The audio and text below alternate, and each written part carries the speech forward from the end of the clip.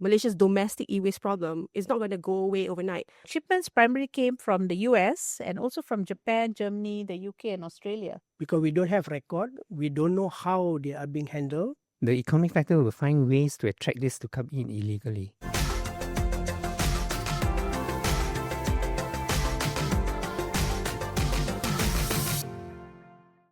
Hello everyone, welcome to Beyond the Headlines, the go-to space for the top stories that made the headlines and more. I'm Amalina Kamal. And I'm Alina Koshi. Now, hundreds of containers of electronic waste have been discovered at Malaysian ports, alongside multiple enforcement seizures and growing allegations of smuggling networks. Now, this isn't just about your old computers and broken TVs. It's all about exploited loopholes and the very real possibility that Malaysia is slowly becoming a dumping ground. That's right. And the illegal e-waste trade is one of the fastest growing environmental crimes worldwide, often linked to transnational syndicates taking advantage of weak enforcement. So in this episode, we ask, is this simply an opportunistic dumping or a coordinated high-stakes criminal operation? And before I introduce our guest, I think we just want to underscore the idea of illegality here first when we talk about e-waste, right? Because not a lot of people totally understand what defines e-waste, how it works, how we manage it. And also, why would people actually import e-waste? For what reason? And why do we actually, export it as well? Exactly. Yeah. So, a lot of questions. We are going to try to answer them today. Exactly. And joining us for this particular discourse, we have co-founder of NGO Agreed in Malaysia, Michael. So welcome to Beyond the Headlines, Michael. Thank you for having me here. It's great to have you here. And joining Michael, we also have Malaysian Environmental Health Practitioners Association, also known as MEHPA, Chairman, Dr. Jamal Hisham Hashim. Welcome, Professor Dr. Jamal, to Beyond the Headlines. Thank you for the invitation. Right. Lena, I think before we start the, heaviness or the nitty-gritty of this particular discussion, I think we have to scale back a little bit, right? Yes. Because how do you define or look at e-waste? Again, because we keep bending these terms around, e-waste, moratoriums, illegal dumping, imports. So let's get down to the very basics. So maybe we can ask, Michael, to maybe help define what e-waste is all about. E-waste is actually like electronic waste. Electronic can start with the computers that we have, phone, anything that we have precious metal, circuit boards, CPUs, fridge, TV, those are lesser item. But what's inside they are after for is gold, copper, silver, palladium. Those are precious metal. And the value is huge. You talk about 3,000 containers can easily have 120 to 150 million of gold value inside. Wow. It's very expensive. That's the reason why I say it's never a dumping, because people pay top dollars to bring them in. So it is indeed a lucrative economy. Yes. And I suppose how is it when it comes to the processes of us actually getting there? How does e-waste come to our shore?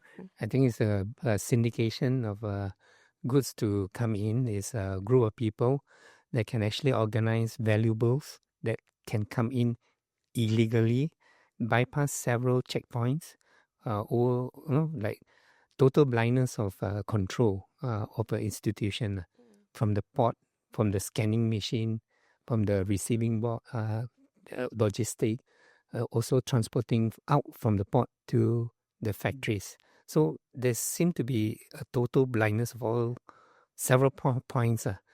It's definitely a syndicate, well-planned effort. Because I've been according to this report by the Organization for Economic Cooperation and Development, OECD, published in 2025, Malaysia was identified as the principal destination for e-waste and plastic waste in 2023. And shipments primarily came from the US and also from Japan, Germany, the UK and Australia. That's interesting to note. I mean, from a certain perspective, you think that it's literally like the first world nation having to take advantage of the developing or the third nation, because like it or not, if it's a service that we're able to engage in, that we're able to profit from, I think no one in their right mind would deny it. You get what I mean? Yes. So the bigger question here is that how did from legality turn into illegality? So we go to, and within that process, we go to this whole debate about having a moratorium of how we manage our e-waste, right? And now, as of February 4th, we have a complete, absolute ban. Dr. Jamal, when this 6-month moratorium was, proposed, from a public health perspective, do you think this is prolonging the exposure of toxic materials? How soon should we address this so that these wastes are not just left for it to degrade and ended up it being a bigger public health issue for us? Yeah, it is certainly a worrying public health issue. More so because we are not aware of the magnitude of the problem. When we talk about illegal importation of waste, that means we don't have specific record of how much really comes into the country and where they end up with.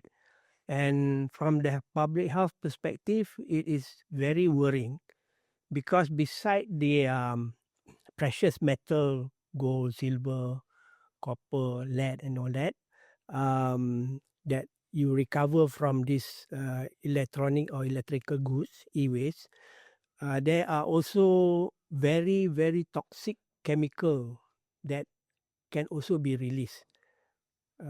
Things like arsenic, cadmium, chromium 6. Yeah, you've heard about that Erin Brockovich story. Okay? Yes. Chromium 6, beryllium, nickel, and all that. Those are, people in the public health. Traditionally, we label them as nasty chemical because they have been associated with many public health problem, including cancer. If you take chromium 6, arsenic, nickel, mercury, and all that, they are either neurotoxicant, they affect your nervous system, both central nervous system and peripheral nervous system. And some are like arsenic and cadmium are carcinogenic. They are proven human carcinogen. But surely, in this day and age, you think that there are ways to control the leakages or the toxicities from being exposed. In Malaysia, I mean, was there not like a plan when we take in e-waste, right? Like something remedial should come to maintain it as well. It's like, for instance, you're bringing up a nuclear plant, but you don't have the plant. You're just dabbling with the nuclear energy, but you don't have a proper plan that maintains all the SOP. You see, those toxic element that Professor has mentioned are real. And there are ways to process them, and they are really available in China, in Sweden, in Denmark, in Germany, and they're doing it very well. We can replicate it here. There's no new hindrance that will stop us from doing it. The only thing is that we need approval to attract this investment, and to attract this investment, the investors need clarity that they can import so that they can sustain it to process it. So, but I just want to take a step back. Those toxic material is also found in palm. Palm is in palm oil industry. When they process the palm oil, the water that they push out has all this critical heavy metal ingredient. Same with plating for electronic industry. Electronic industry contribute 23% of our GDP. And we do plating with mercury, cyanide, and all this has ability. We have the ability to contain it. Right? So there's no way that we cannot contain e-waste, heavy metal, and toxic metal. I see. I mean, e-waste is not the only hazardous waste that we handle. We have clinical waste, we have industrial waste. You know what happened in Sungai Kim Kim? Was chemical waste that's supposed to be sent to the facility in Bukit Nanas, but it didn't go there. And it ended up in the wrong place.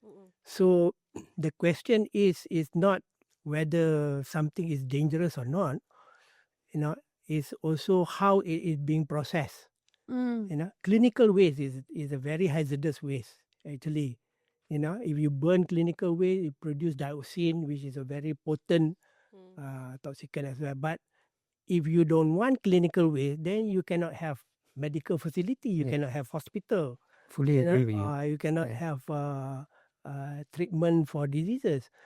But to handle clinical waste, you have to do it in a special way. Right? We have clinical waste incinerator being operated in several places in Malaysia.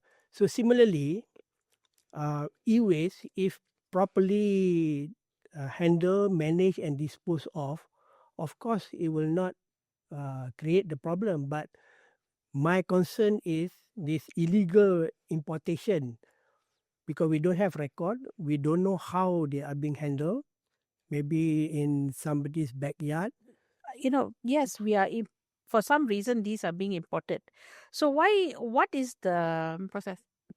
Why is it being imported? What is the worth of this e-waste? Because we did talk about it earlier, like how much people can get out of it. You get what I I'm saying? see. That means, But why are we importing this e-waste Yeah, in the first place? You take one container, 20 ton. You can get 28. Just take average 20-ton container of e-waste. You can get 600 grams of gold. And 600 grams, if you add up 3,000 containers, you get 120 to 150,000 millions. That is a pull factor, just gold, not considering copper, lead, nickel. That's a pull factor. People are attracted to do it. They want to do it legally and they can sleep well at night. But when you have a ban, they will find ways. The economic factor will find ways to attract this to come in illegally. because at the end of the day, we don't want Malaysia to turn into an electronic junkyard, right? Yeah. But just Absolutely. for the curiosity of our audience and also myself, how is actually e-waste supposed to be processed or recycled? Michael? Yeah. If you look at the technology that the German or Sweden employ, they actually crush it totally, 100% crush it. Once they crush it, they have elements to segregate the plastic, non-plastic material. Then the material is actually through chemical, they leach the gold, leach the precious metal out. Then the third process is have cathode and anode to actually pull the precious metal to the cathode and anode. Then once you harvest from the cathode, there's an enrichment process. That means you make 99.9% gold. That's where you make into gold ingot and you sell. All this process can be done in a closed environment. It's like a hospital environment. It's not like those junkyard kind of mechanical, very dirty, use chemical, and then they just push away the chemical on the ground. It's a very clean room. It's like as clean as a hospital. It can be done that way. So there is ways to do it safely. I think earlier, out of the show, Elena, you also highlighted, because in Malaysia we do have basically entities that or institutions that actually do that. Like 20 of them have full capabilities in terms of that sort of technology to recycle e-waste, and then the major the remaining only partial. The partial, what do they mean by partial? Partial, let's say when they take the circuit board, they will take the materials, the circuit out, the plastic they will segregate. The material they will have to pass to the full one to complete the cycle. Then the plastic they try to sell it as a pellet. They try to recycle as a pellet. There is partial completion, and they cannot do the whole cycle. They have to pass it to the 20 to complete it. Do you think the fragmented sort of process actually allows for these loopholes to take place? Meaning Yes. the leakages to take place, and then it goes to all these opportunistic sort of business people. The illegal importers will try to use their license to bring in more quantity. And then they will do some, but 90 or 95% they will go into the illegal site. They will hide somewhere in the jungle, do it the quick and dirty ways. Then there's huge profit because of the gold and precious metal. But they don't treat the chemical correctly. They just throw it to the soil. Once you get to the soil, it will find ways to the water. And water, soil will find ways into a food chain. and that's where we are at risk. Let's talk about Malaysia as a consumer as well, because we are projected to generate 24.5 million units of e-waste in 2025. I mean, well, in 2025, an increase from 23.8 million in 2024 and 22.7 million in 2023. So it's on the upward trend. And do we even have enough facilities to even? Yeah, if I remember, YB Ubin mentioned in the parliament, we have capacity in 2024 to process 131,000 ton. Whatever we produce is not even sufficient to fulfill our capacity. There's an annual tonnage. The country produces over 365,000 tons of e-waste annually. I mean, in Malaysia? In Malaysia. Because it contradicts with what Ubin said. Ubin said 55. No, Yobin's data might be based on latest audit lah. 2024. Probably. 2024. Yeah. Okay. But wait, hang on. But this 24.5 million units is according to the DOE one. 20.4. We generate 24.5 million units of e-waste. I don't know in tons how much lah. Oh, okay. Dr. Jamal, can we just go into the whole basically implication when it comes to public health? Let's say like this e-waste goes to unregulated sites, like the ones in the jungle that as you mentioned earlier, right? Many of us don't really understand how these toxic substances actually affect the environment and the community it neighbors. So maybe you can paint us a scenario. Has there been a case study where a particular community or township has been affected that much when it comes to the e-waste implications here? In Malaysia? In Malaysia. Probably not. Yeah, because most of these are happening behind closed door. It's undocumented, no? Yeah, we don't know about it. We are people in public health. If we know about it, we probably launch a study, take some sample from the community to see whether they have been affected. But I don't think we need to go to that because, like I say, we know what are the toxic chemicals that can be generated from improper, illegal e-waste handling. And there are documentation overseas. For example, China, if you look up this place called Guiyu, where a lot of majority of e-waste from US ended up there. And they have a lot of documented health problem, even among the children. So basically, when you, Michael mentioned about breaking the casing and all that and extracting the chemical. So you can imagine what may go on in an illegal illegal situation. They may be doing it by hand, So how do they extract? Maybe they use acid, maybe to leach out the heavy metal and throw it away. So this watery acid effluent can easily end up in our rivers, and it flows downstream. Or it percolate down to the ground and enter our groundwater. And then there might be somebody extracting well water somewhere down gradient. The heating process maybe release this toxic matter in the air and is being brought by wind to downwind areas where there are communities.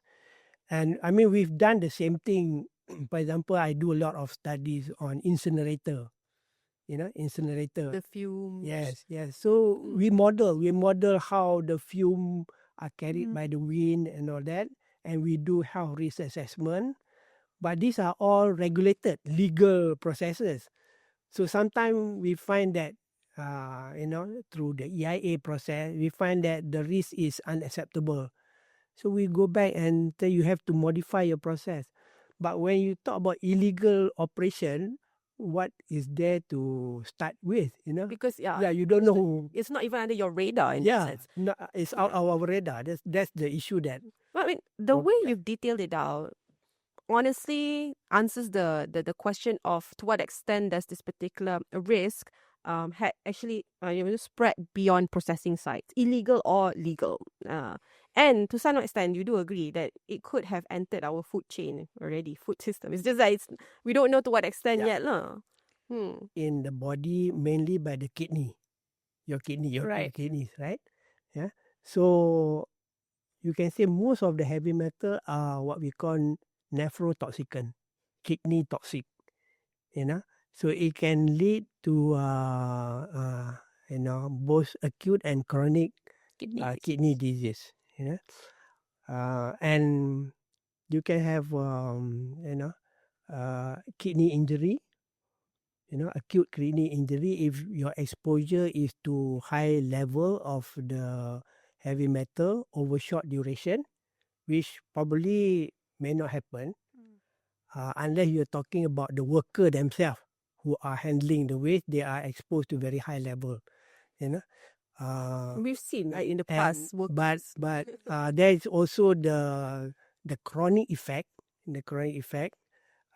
Chronic kidney disease, which may end up, just like when you take, you're diabetic, right? Extra sugar, it's also toxic to your kidney. Correct. But you don't, develop the acute chronic kidney injury, but you develop the chronic kidney disease.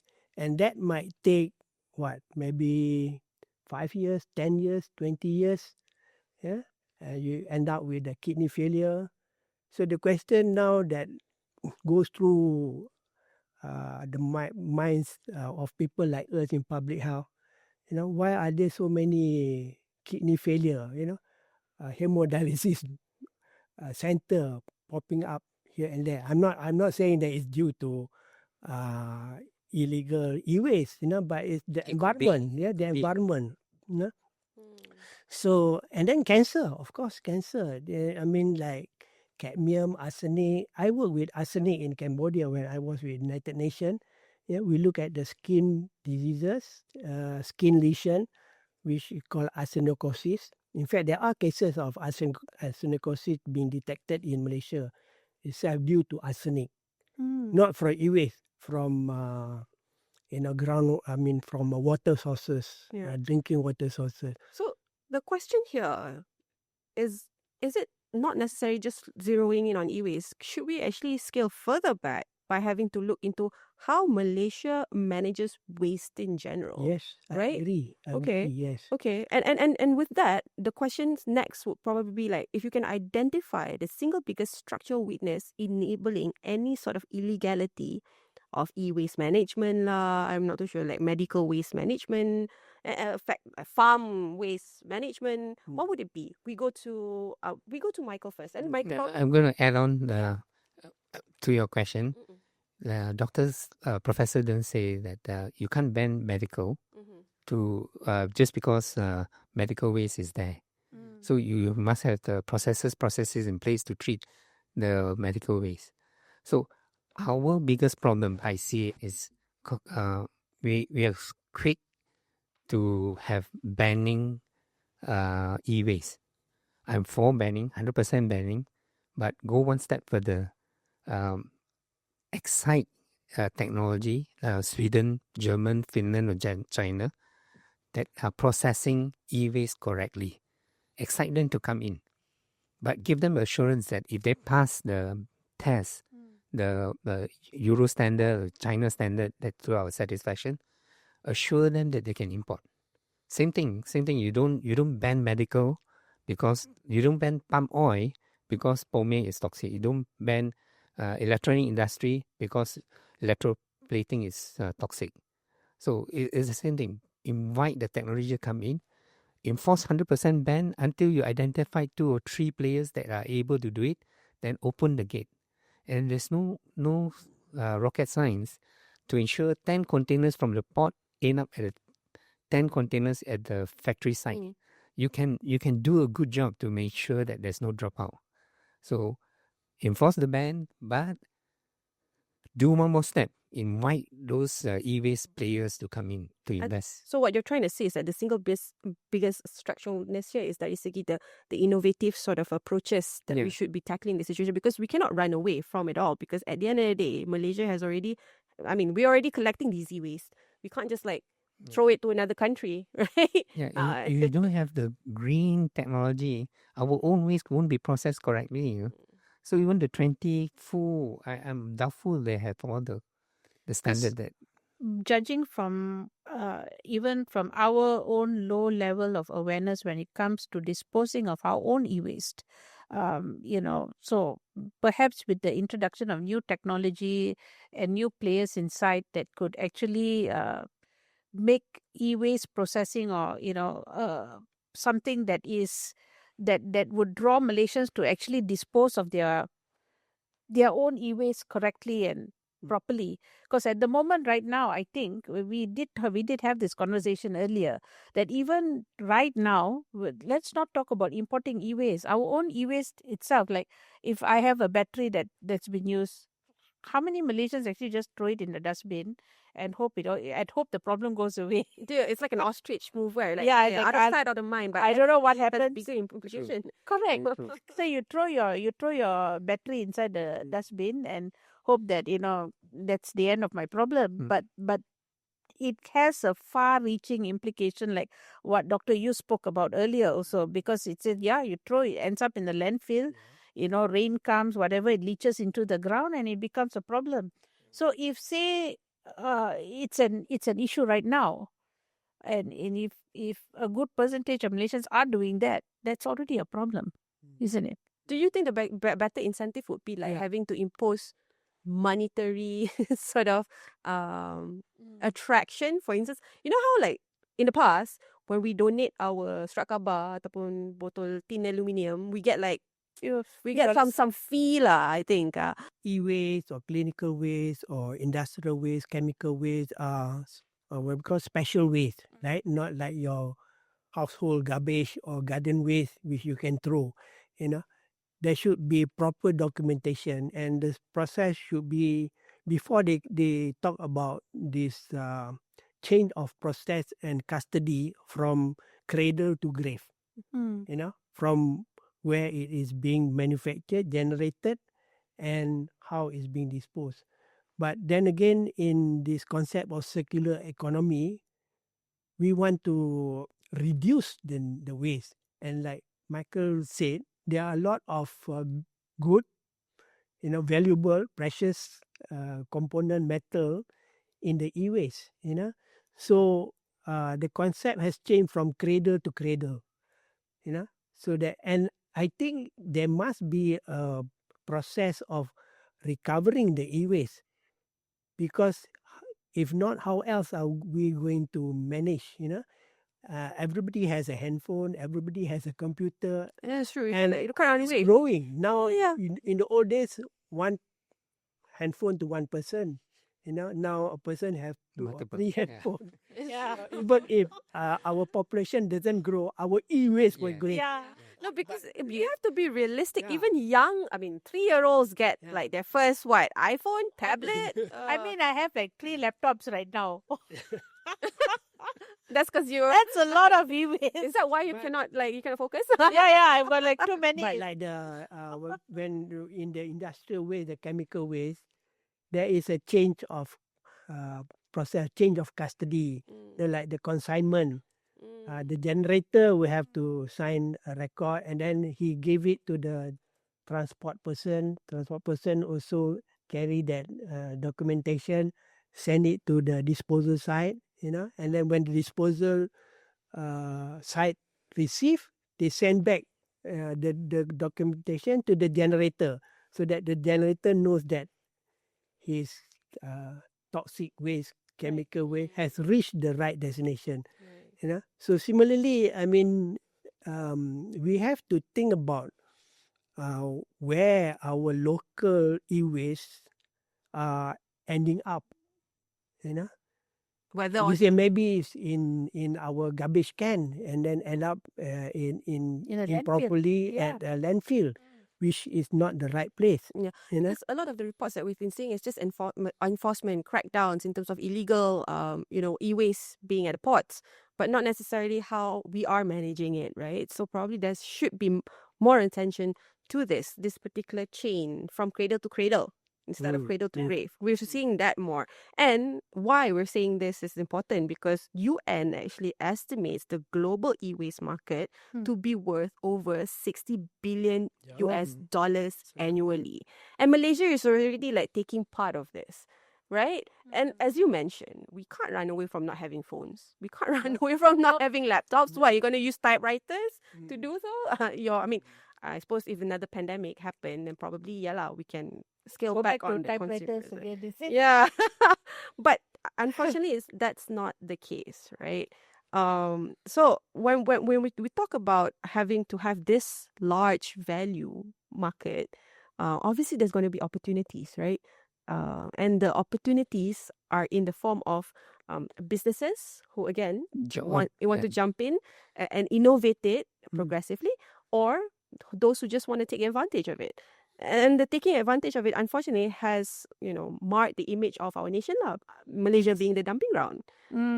So my next question would probably be having to understand, are our current penalties actually strong enough to deter organized crimes? No, it will never impact the true actors, because the true players, the actors that actually import, use drivers, gardeners to form a company called sole proprietor, and then they start to import. When they are caught, the DOE or custom cannot compound because they are not in the position to pay. They're And like then- mules, like drug mules, like that. Then they cannot enforce America to take back because America are not signatory to BASIL. They say we are not contract party to this. So you can increase your compound, increase the penalty, or even introduce rotan. The true player, true actor of importing are the businessmen behind. Just for those who are watching, so the BASIL signatory is a country or party that has signed the BASIL Convention on the Control of Transboundary Movements of Hazardous Waste and their Disposal. Yes. It's an international treaty. Yes. E-waste is one of it, lah. This is one of it. Yeah. Yeah. Okay. Sweden is a signatory, but Sweden, German, Finland all import. The thing is, you mentioned that US is not a signatory, but last year, as of September, we had a report that Dato' Johari Ghani himself did say that our biggest e-waste imports comes from the US. Ah. They're the consumer heaven. They consume a lot. They dump a lot. Yeah, but how do we manage this then, right? Because on our aspect, because if we go on defensive, we must have the technology that Sweden has. If we have that, then we can regulate import. We can regulate import to the same standard we regulate medical waste, POME, cyanide. We can regulate. I'm not against regulate, but build the capability to process what we import. The common tactics smugglers use to bypass this sort of enforcement, the regulation, do you have any insider knowledge that we should know? In 1920, there's this bootlegging. US banned alcohol, but it never succeed. More factories comes out in the village backyard. Quality suffer, people suffer. The history will tell us the same thing. If you ban, the economic value will create a lot other alternative to bring it in.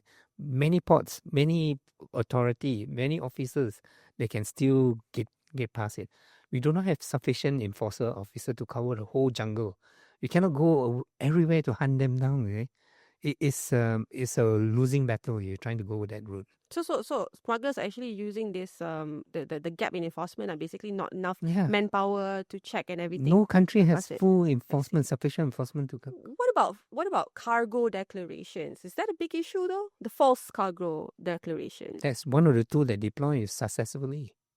I mean, there was a complete ban, right, on the 4th of February. Then recently, 818 e-waste containers uncovered at ports. Yeah, and this was just this week. You specified the classification. You don't call it e-waste. You call it electronic goods. Electronic goods. And you try your luck. There's so many ports to come in. You try your luck. Your officers can not detect it. You try your luck. Your detection machine, X-ray machine fail. This particular scenario could be an indication. I mean, this has to be proven further lah. It could be a scenario of it having to be brought in by a shell company. We don't know, right? Under a different permit, a different sort of authorization. But can recycle permits be misused though? Do we know?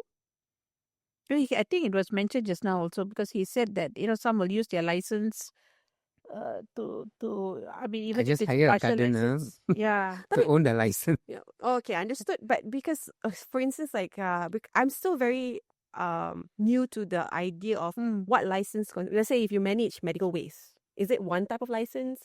If you manage this waste, Yeah. another type of Yes. license, Yes. Yes. a recyclable license. I see. So each one has a separate license. Yeah. Yeah, so then the question would probably be like, when you procure or like produce this license to get the approval, surely the one who's vetting it will identify, oh, okay, you obviously lah, you check your license, does it fit the product? Did the cargo load? If it doesn't, then so Yeah. it's that's an oversight there as But well. it's fail because when you declare your document, you don't declare as waste. You declare as good For electronic goods, good brand new electronic goods. That's how they Yes. so it's not waste Yeah, they still get the second permit. hand or Yeah, they something still like get that, the right? permit for local authority, Bomber, municipal council. They get all it right so they can still operate. Okay. That's a very interesting area. They don't brand it as waste. No, They they- brand it as goods. Goods. Tak kisahlah baru atau tidak, right? I understand. Michael, okay, we've talked about the criminal and structural side. And of course, Dr. Jamal, you've explained the public health dimension, right? But we want to go back to the bigger picture because from a public health perspective, are we actually looking at this issue purely as an environmental nuisance? Or is it already a slow burn crisis? Is it Already a slow burn crisis Oh, okay. that has far, implications more Far-reaching than, implications. than What just I would environmental. like to know is that some estimate of how long this illegal activity has been going on. I mean the estimate of the amount of e-waste that has been illegally imported, and I'm sure somebody has some information where these illegal operation are operating.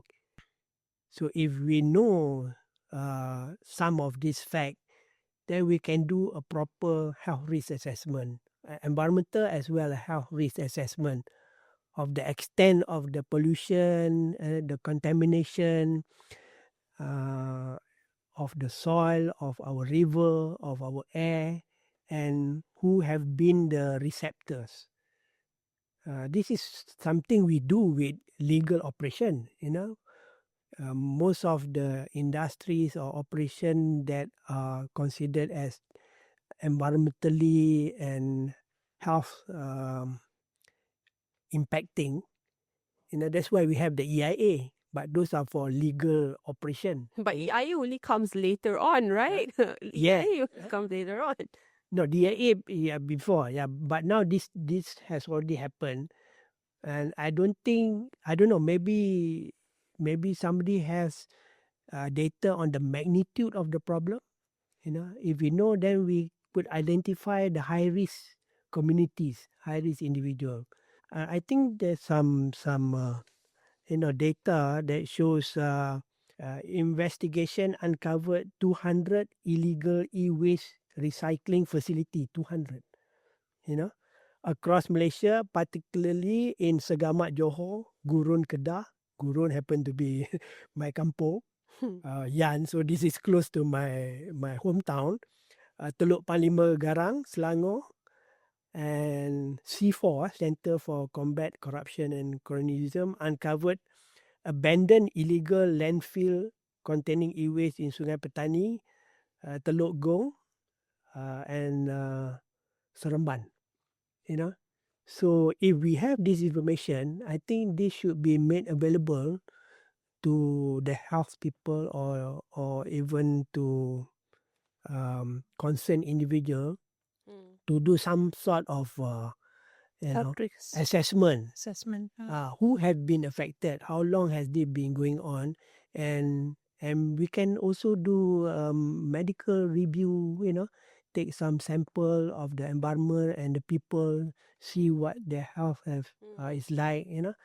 But at the moment, I think nobody knows. Unless somebody wants to share this. It's just data. People like us semata-mata in lah. MEHPA, Malaysian Environmental Health Practitioner Association, we have the expertise and also the know-how to do this. If the government or some authority are willing to share some of this information, we can help to help in doing the assessment, because we need to know the magnitude and the severity of the situation. Michael. I take a different view. I say when it's illegal, they go into hiding. They are not entangled with the government. The information that the government have is incomplete. They are here in 200 sites. It's a lot worse lah. Yeah, it's worse. 200 sites. When you detect them, they can move. They are mobile. They can move easily. They're not anchored in one place. So whatever data they have is incomplete. It's very difficult to chase after this data. It's best we look forward. It's best that we build capabilities to process it, and then allow importation, regulated importation. We've come to the end of the show, right? Unfortunately, but we want to get one last, takeaways from our guests. I mean, looking back, at the way we handle the situation before us, having to, in the first place, imposing a conditional prohibition. And then later on, having to come out with a moratorium in terms of how we should handle it, and now a complete ban. How do you think the government must move in making sure that our e-waste policy is actually transparent, apart from having to engage with the current industry players to become more innovative? I think, can we also look at how we can engage externally? Because as we know, China already stopped their imports, right, of e-waste. So the traffic comes to Malaysia now. But how do we manage this traffic? But that's a differentiator. The reason why China banned is not because they want to stop e-waste from coming in. They're doing consolidation. Consolidation means that they already have a lot of e-waste capabilities, but the small, dirty e-waste operator in the village still operating. So the ban is to kill the small e-waste operators. The big players can sustain themselves. They're making so much profit, they can offer 60 to 90 ringgit for phone, used phone, cannot be used. Malaysia is only offering 2 to 5 because we cannot afford to offer 60 to 90. They ban to consolidate. Malaysia banned to suffocate the industry, suffocate the capabilities, suffocate the trendy that we have. So it's two different views. When we say ban, they are diverting here. No one is trying to divert because it's not dumping. No, they're not dumping in China. They're dumping in Malaysia. They never dump. If they want to dump, they can dump in the open sea. They're not paid to collect waste. They are paying to get waste. So if we can change that perspective, then I think our government will be in a better position to fix the problem. I see. We must understand that toxicity is not the issue. We have more toxic in other industries that we can fix. E-waste toxic, we can also fix. Oh, I disagree with that. Well, I disagree with that. I think if the illegal, I'm for banning illegal. Fix the capabilities, then import. You must have the mindset to allow import. If you don't have, no one will come to invest. There's no certainty that I can be viable. I beg to differ, because, like I say, we don't know how bad the situation has been in the past. Look at US post World War II. They uncovered a lot of, later they call it Superfund site, illegal operation, illegal dumping waste. Similarly, some of these illegal dump site, even though the operation has stopped, the abandoned areas where they did the operation can be a time bomb. Can be a time bomb. Of course, we don't want to, let's say, ban electronic good or computer, because that is the future. We have to engage. So beside trying to, tidy up our act, and make this process more regulated, so that we know even if we have to import e-waste to make the operation feasible or economically feasible, then be it. But that process has to be well documented and well regulated. I mean, we cannot What just has ignore happened? that. We cannot quantify because we don't have the data. We can. We can, because Malaysia is not that big. We can know what has happened in the past. We can estimate how much has come in and where the operation has been carried out. They have identified some of this area. So, We don't have to identify yeah. all, so we need to know what has happened so that we can prevent the future. I think Yeah. I think Yeah. two different varying points of view here, which is actually quite fruitful. Not to have very. this. I mean, I would say, because from a third person point of view, it is varied, but there is some similarity. The common ground here is that if we don't have policy that actually shows intent, then enforcement remains a challenge. So that's and with that, I want to end on that note, because we want to carry this discussion, because some of the questions should be answered by the authority in question, right? Agree. And later on, more stakeholder engagement needs to take place, Yeah. so that certain areas might not be sidelined, because Malaysia's domestic e-waste problem is not going to go away overnight. But I think we also need to reframe a lot of things, because dumping is not the correct terminology, because it was not dumped. Because we had a hand in we had a hand curing in it. few That's things what. lah. And also, I think it's more also a governance issue as well. So there's a lot of things that rides on this. Yeah.